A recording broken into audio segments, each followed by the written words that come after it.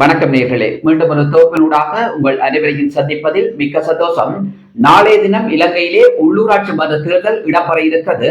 17 லட்சத்துக்கு மேற்பட்டவர்கள் வாக்களிப்பதற்கு தகுதியானவர்களாக இருக்கிறார்கள். 339 சபைக்கான தேர்தலாக தற்போது இடம்பெற உள்ள உள்ளூராட்சி மன்ற தேர்தல் இடம்பெற இருக்கிறது. இதே நேரத்தில் தான் இன்றைக்கு இந்த தேர்தலில் யார் வெல்ல போயினோம் என்ற ஒரு கேள்வி மிக பெரும் சர்ச்சையை ஏற்படுத்தி இருக்கிறது.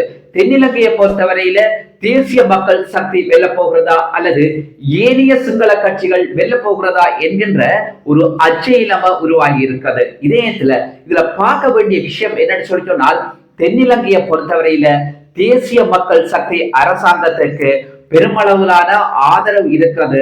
அந்த கட்சி தான் பெருமளவான சபைகளை கைப்பற்றும் என்கின்ற ஒரு கருத்து கணிப்பும் செய்யப்பட்டிருக்கிறது. அதே நேரத்தில் தான் இன்றைக்கு வடபகுதி வடக்கு கிழக்கு மாகாணங்களை பொறுத்தவரையில தமிழ் தேசிய கட்சிகள் வெல்ல போகிறதா அல்லது தேசிய மக்கள் சக்தி வெல்ல போகிறதா என்கின்ற ஒரு அச்சமும் நிச்சயமாக இருந்து கொண்டுதான் இருக்கிறது. அதே நேரம் இன்னும் ஒரு முக்கியமான விஷயத்தை பார்க்கணும். என்னன்னு சொல்லி சொன்னால், வடபகுதியை பொறுத்தவரையில வடபகுதியில தேசிய மக்கள் சக்திகளாக இருந்தாலும் சரி, தமிழ் தேசிய கட்சிகளாக இருந்தாலும் சரி, அவர்களுடைய தேர்தல் பிரச்சாரங்கள் என்றுமில்லாதவாறு அதிகரித்திருந்ததை அறியக்கூடியதாக இருக்கிறது. இதுல ஏன்னு சொல்லி சொன்னால், இன்றைக்கு தமிழ் தேசிய கட்சிகள் இதுவரை காலமும் பிரிந்திருக்கிற கட்சிகள் இந்த முறை, அதாவது இந்த உள்ளூராட்சி மன்ற தேர்தல்கள்ல அவர்களுடைய செயற்பாடு எப்படி இருந்தது என்று பார்ப்போமாக இருந்தால், நிச்சயமாக அதுல அவர்கள் ஒற்றுமையாக இருந்ததை அவதானிக்க கூடியதாக இருந்தது. அதே நேரத்தில் அவர்களுடைய இலக்கு என்னவாக இருந்திருக்கிறது என்று சொல்லி சொன்னால், என்பிபி என்று சொல்லப்படுகின்ற தேசிய மக்கள் சக்தி அந்த கட்சியை இலக்காக வைத்து அது எந்த தமிழ் தேசிய கட்சிகளாக இருந்தாலும் சரி அவர்களுடைய பரப்புரை அமைந்திருந்ததை அவதானிக்கக்கூடியதாக இருக்கிறது. ஏன் இவர்கள் தேசிய மக்கள் சக்திக்கு எதிராக இந்த தமிழ் தேசிய கட்சிகள் எல்லாருமே இந்த பரப்புரைகளை மேற்கொண்டிருந்தார்கள் என்று பார்ப்போமாக இருந்தால், நிச்சயமாக அவர்களுக்கு இது ஒரு வரலாற்று அனுபவமாக இருக்கிறது. ஏன்னு சொல்லி சொன்னால், இந்த தமிழ் தேசிய கட்சிகளிடத்திலே இருந்திருக்கின்ற அந்த முரண்பாடுதான் இன்றைக்கு தமிழ் மக்கள் கடந்த நாடாளுமன்ற தேர்தலில் தேசிய மக்கள் சக்திக்கு வாக்களி ஒரு சம்பவமும் இடம்பெற்றிருக்கிறது. குறிப்பாக உங்களுக்கு தெரியும், யாழ் மாவட்டத்தை பொறுத்தவரை யாழ் மாவட்டத்தில் 3 தேசிய மக்கள் சக்தியை சேர்ந்த நாடாளுமன்ற உறுப்பினர்களை மக்கள் தெரிவு செய்திருந்தார்கள். அதே நேரத்தில் இது மக்கள்ல பிழையா அல்லது இந்த தமிழ் தேசிய கட்சிகள்ல பிழையா என்று பார்ப்போமாக இருந்தால், நிச்சயமாக மக்களை குறை சொல்ல முடியாது. ஏன்னு சொல்லி சொன்னால், இந்த தமிழ் தேசிய கட்சிகளுடைய உண்மையிலே அவர்களுடைய முரண்பாடு, அவர்கள் உறுதியாக முடிவெடுக்காத ஒரு நிலைமை தான் இன்றைக்கு தமிழ் மக்களை அதிருப்தி நிலைக்கு உள்ளாக்கி மக்கள் யாருக்கு வாக்களிப்பது என்று தெரியாமல் தேசிய மக்கள் சக்தி கட்சிக்கு வாக்களித்தார்கள். அதனூடாகத்தான் யாழ் மாவட்டத்தில் அவர்கள் 3 நாடாளுமன்ற உறுப்பினர்களை தெரிவு செய்திருந்தார்கள். ஆகவே அந்த விடயத்தை படிப்பினையாக வைத்துக் கொண்டு இன்றைக்கு தமிழ் தேசிய கட்சிகளுடைய அந்த பிரச்சாரம் என்பது என்றுமில்லாதவாறு வடபகுதியிலே இருந்ததை அறியக்கூடியதாக இருந்தது. இதுல இந்த தேர்தல் ஜனாதிபதி தேர்தல் இல்ல, உள்ளூராட்சி மன்ற தேர்தல் இல்ல, தமிழர்களுக்கான எந்த விதமான உரிமைகளையும் பெறக்கூடிய தேர்தல். ஆகவே ஏன் இந்த தேர்தல் முக்கியத்துவம் பெற்றது என்று பார்ப்போமாக இருந்தால், இன்றைக்கு தேசிய மக்கள் சக்தி அரசாங்கத்தை பொறுத்தவரையில அவர்கள் தங்களுடைய கட்சி சார்ந்து ஏன்னு சொல்லி சொன்னால், ஜனாதிபதி தேர்தலையும் அதிகப்படியான வாக்குகளை எடுத்திருந்தார்கள், நாடாளுமன்ற தேர்தலையும் அது போலத்தான் அதிகப்படியான வாக்குகளை பெற்றிருந்தார்கள். இந்த உள்ளூராட்சி மன்ற தேர்தலையும் அதிகப்படியான வாக்குகளை பெற வேண்டும் என்பதிலே இந்த கட்சி அல்லது அந்த அரசாங்கம் துடித்துக் கொண்டிருப்பதையும் அவர்களுடைய பரப்புரை கூட்டம் என்றுமில்லாதவாறு அதிகரித்திருந்ததையும் அவதானிக்கக்கூடியதாக இருந்தது. அதே நேரத்தில் தான் நிச்சயமாக வடபகுதியில இந்த தேசிய மக்கள் சக்தி அரசாங்கம் அல்லது அந்த கட்சியினர் ஏதாவது ஒரு பிரதேச சபையை கைப்பற்றுமா என்று பார்ப்போமாக இருந்தால், நிச்சயமாக அது இடம்பெற போகக்கூடிய விடயமல்ல. ஏன்னு சொல்லி சொன்னால், இன்றைக்கு தமிழ் தேசிய கட்சிகளுடைய பிரச்சாரமும் அப்படியாகத்தான் இருக்கிறது. இன்றைக்கு இன்னொரு விடயத்தை கூட சொல்லலாம். தமிழ் மக்களுக்கான ஒரே ஒரு கட்சி நாங்கள் தான் மக்களுக்காக குரல் கொடுத்துக் கொண்டிருக்கிறோம் என்று இதுவரை காலமும் சொல்லிக் கொண்டிருந்த தமிழ் தேசிய மக்கள் முன்னணி இன்றைக்கு ஒரு கூட்டை ஆரம்பித்திருக்கிறது. அந்த கூட்டு யாழ் மாவட்டத்திலே ஒரு பலமான கூட்டாக அமைந்திருக்கிறதுன்றதுல எந்த விதமான சந்தேகம் கிடையாது. அதே போல வடக்கு கிழக்கு பகுதியிலே அவர்களுடைய கூட்டு பலமான கூட்டாக இருக்கிறதா என்று பார்ப்போமாக இருந்தால் நிச்சயமாக அது இல்லை. அவர்களுடைய தேர்தல் பிரச்சாரம் யாழ்ப்பாணத்துக்கும் வன்னி பிரதேசத்துக்கும் இடையில பாரிய அளவிலான, அதாவது இந்த சைக்கிள் கூட்ட பற்றி நான் சொல்றேன்னா அதுல பாரிய அளவான வித்தியாசத்தை காணக்கூடியதாக இருந்தது. யாழ்ப்பாணத்தில் அவர்கள் செய்த அந்த பிரச்சாரம் என்பது நிச்சயமாக வன்னி பிறப்புல அந்த பிரச்சாரம் இடம்பெறவில்லை என்பதுதான் உண்மையான விடயமாகவும் இருக்கிறது. அதே நேரத்துல இந்த பிரதேச சபைகளை கைப்பற்றுகின்ற அந்த வாய்ப்பு தமிழ் தேசிய கட்சிகளுக்கு இருக்கிறது.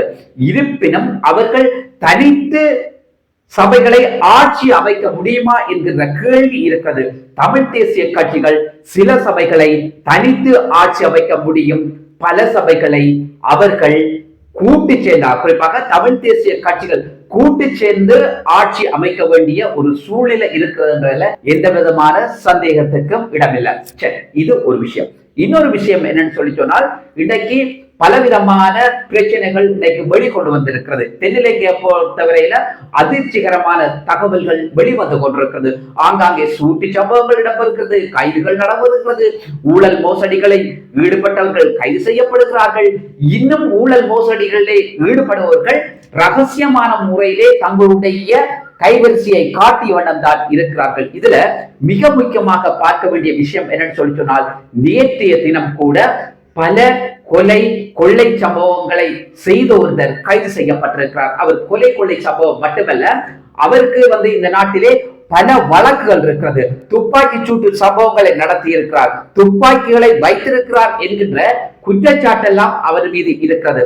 ஆகவே இவர் யார் என்று பார்ப்போமாக இருந்தால், சுஜீவ ருவான் குமார சில்வா என்றவர் தான் கைது செய்யப்பட்டிருக்கிறார். இவரை எப்படி அழப்பினம் என்றால் லொக்கப்படி தான் அவரை எல்லாருக்குமே தெரியும். சரி, இவர் இப்படி கொள்ள சம்பவங்கள்ல ஈடுபட்டிருக்கிறார். இவருக்கு பின்னணி என்ன என்று பார்ப்போமாக இருந்தால், இவர் ஆரம்பத்துல இந்த பாதாள உலக கோஷ்டியோட சேர்ந்து செயற்பட்டிருக்கிறார். அவர்களுக்குள்ள பாதாள உலக கோஷ்டி என்று இருந்தாலும் அவர்களுக்குள்ள ஒவ்வொரு குழு இருக்கிறது. அவர்கள் தனித்தனியாக இயங்கி இருக்கிறார்கள்.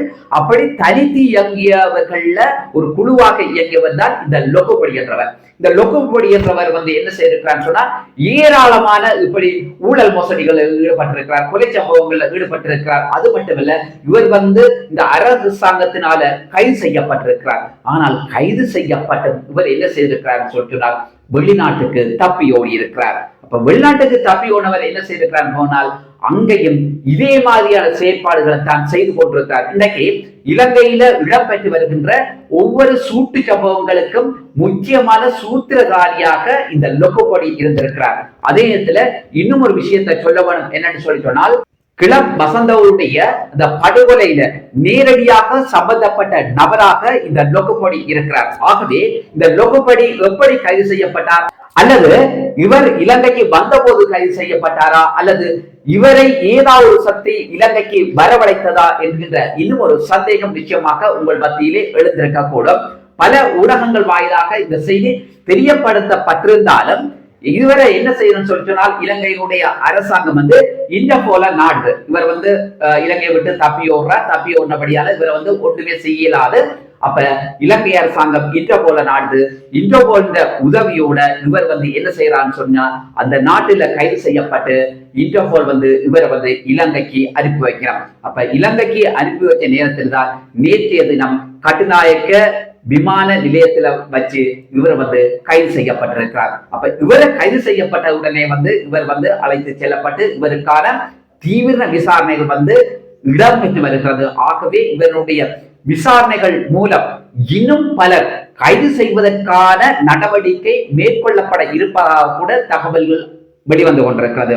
இதுல இன்னும் ஒரு முக்கியமான விஷயம் என்று சொன்னால், பல அரசியல்வாதிகளுடன் சம்பந்தப்பட்ட ஒரு நபராக இந்த லொக்கப்படி இருக்கிறார். இன்றைக்கு பல அரசியல்வாதிகள் அச்சத்தில் இருக்கிறத காணக்கூடியதாக இருக்கிறது. ஆகவே இந்த சூட்டு சம்பவங்களுக்கு யார் சூத்திரதாரிகள், இந்த சூட்டு சம்பவங்களை நடத்துறவர்கள் யார் என்று பார்ப்போமாக இருந்தால், இந்த ஒவ்வொரு சூட்டு சம்பவங்களையும் சம்பந்தப்பட்டவர்களாக இராணுவத்திலிருந்து தப்பியோடியவர்களும் அதே போல பொலிசில இருந்து தப்பியோடியவர்களுமாக இருக்கிறார்கள். அன்னளவாக இந்த இராணுவத்தில் இருந்து 3000க்கு மேற்பட்டவர்கள் என்ன செய்திருக்கணும் என்றால் தப்பியோடி இருக்கிறோம். அதே நேரத்தில் 1500க்கு மேற்பட்டவர்கள் கைது செய்யப்பட்டிருக்கணும். இன்னும் 1500க்கு மேற்பட்டவர்கள் கைது செய்யப்பட போவதாக கூட தகவல்கள் வெளியாகி இருக்கிறது. ஆகவே இந்த சூட்டு சம்பவங்களுக்கும் இராணுவத்திலிருந்து ஓடியவர்களுக்குமான தொடர்பு மிக அதிகமாக இருப்பதை நாங்கள் அண்மை காலங்களாக வெளிவந்த தகவலின் மூலமாக அறியக்கூடியதாக இருக்கிறது. நல்ல சொந்தங்களே, மீண்டும் ஒரு தொகுப்பின் மூலமாக உங்கள் அனைவரையும் சந்திக்கிறேன். நன்றி, வணக்கம்.